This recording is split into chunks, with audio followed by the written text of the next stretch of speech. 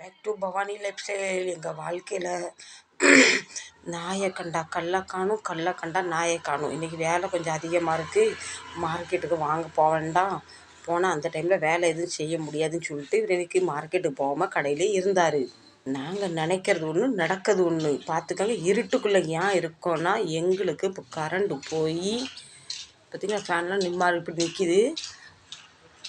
2 மணி நேரம் ஆகிட்டு. இப்படி கரண்ட் போகும் தெரிஞ்சால் வெளி வேலைக்காக போயிருப்பாரு. கரண்ட் வந்துடும், கரண்டும் வரல. கடைசியில் என்ன ஆச்சு கொஞ்சம் பார்க்குறீங்களா? சரி போட்டு, வேலையும் இல்லை, கரண்ட்டும் இல்லை, உட்காந்து 100 நேரத்தை கொஞ்சம் பேசுவோமே. எங்களுக்கு 2 பேரும் ஒரே இடத்துல வேலை பார்க்குறோம். ஆனால் அந்தளவுக்கு பேச முடியல. வீட்டுக்கு போனால் நான் பிஸியாகிடுவேன். சொத்த பங்கு, துணியை துவை, பாத்திரத்தை, வீட்டை பேருக்கு, செல்லாவும் விஸ்கியை மெயின் அப்படி ஆகிடும். இவர் பாட்டில் இருப்பார். சரி இன்றைக்கி நம்ம கடையில் இருக்கப்போ சும்மா உட்காந்து பேசலான்னு பார்த்தா நான் பேசிக்கிட்டே இருக்கேன். இங்கே பாருங்கள், பேசிக்கிட்டே இருந்தார். கருப்பு கண்ணாடி எதுக்கு வாங்கியிருக்கான்னு இப்போ தான் தெரியுது. கண்ணில் அடி பட்டது இந்த கருப்பு கண்ணாடியை மாட்டிடுவார். தூங்குறாரா முழிச்சிருக்கான்னு ஒன்றுமே சொல்ல முடியல. சத்தத்தை கேளுங்க.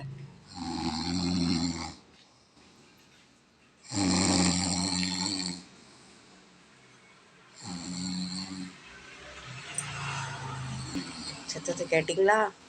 அந்த அளவு வெக்கையாக இருக்குது. அவருக்கு தூக்கமாக இருக்குது. இவர் தான் இந்த தூக்கம் தூங்குறான்னு இந்த பிள்ளைக்கு தூக்கத்தை பாருங்கள். இவன் அதுக்கு மேலே பாதி உடம்பு சேருக்கு அந்த பக்கம், பாதி உடம்பு இங்கே வச்சு தூங்கிட்டு இருக்கா. பக்கத்தில் வந்து திருட்டு கல்லி முழிச்சு பார்க்கா. இப்போ நீங்கள் சொல்லுங்கள், நான் என்ன செய்யட்டும்? இப்போ நான் மொபைல் எதுவும் பார்த்தேன்னா அமைதியாக இருக்கா. சவுண்டு கேட்கல, சவுண்டை குறை. 24 மணி நேரம் மொபைல் பார்க்குற, வீடியோ இருக்குன்னு திட்டுறாரு. இன்றைக்கி நிறைய பெண்டிங் வேலை. இந்த ஒரு வேலை ஃபிட் பண்ணணும், இந்த மிக்சரை ஃபிட் பண்ணணும், இப்போ இந்த மோட்ரு வேறு சர்வீஸ் பண்ணணும், இல்லை இந்த மிக்சருக்குள்ளே ஜாமான் கழட்டி போட்டிருக்கு, இதை வேறு ஃபிட் பண்ணணும். இப்படி தூக்கம் நடக்குது. இது பத்தாவதுன்னு ஒரு கஸ்டமர் கொண்டாந்து ஜாரை கொடுத்துட்டு போயிருக்காரு.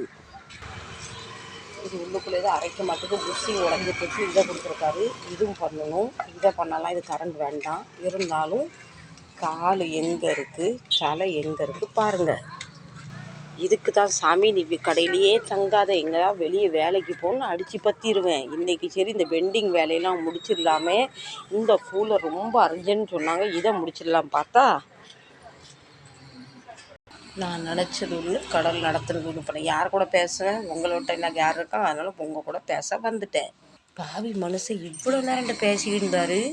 நானும் என்னடா கொஞ்சம் பொறுத்து நான் பாட்டில் பைத்தியம் மாதிரி பேசிக்கிட்டு இருக்கேன். கொரட்டை விட்டு தூக்கம். பார்த்திங்களா? தொழில் இதில் வச்சு நம்ம தொழில் பார்ப்போமே, இதில் காலை வைக்கணும். கொஞ்சமாவது அறிவு இருக்கா? லட்சுமி தாய் கோச்சிப்பாளா, கோச்சிக்க மாட்டாளா?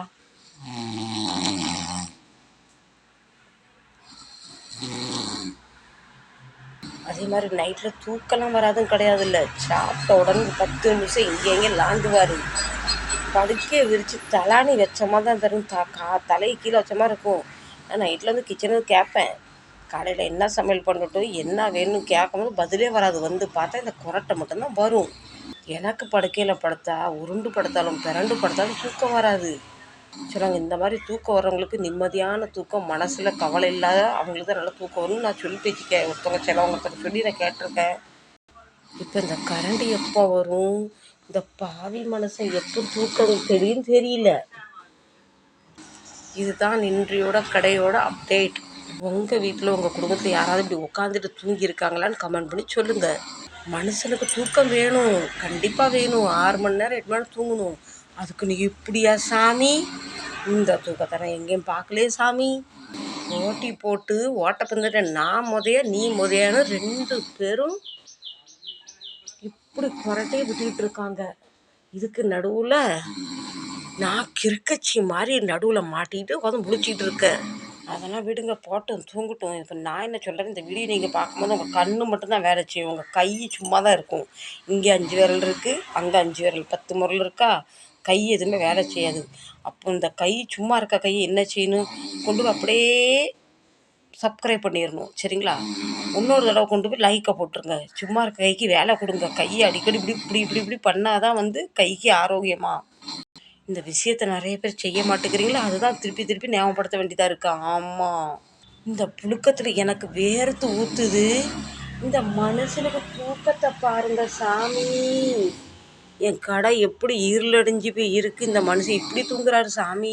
சரி ஃப்ரெண்ட்ஸ், இந்த வீடியோ எத்தோட முடிக்கிறேன். சும்மா கைக்கு வேலை கொடுங்க, எனக்கும் சப்போர்ட் மாதிரி ஆகும், உங்கள் கைக்கு எக்ஸசைஸ் ஆகும்.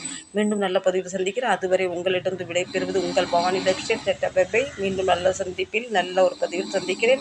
அது வரைக்கும் நீங்களும் போய் தூங்குங்க. எனக்கு தூக்கம் வராது, வீட்டிலே தூக்கம் வராது, கடையில் தூக்கம் வரப்போகுது. பை. Love you.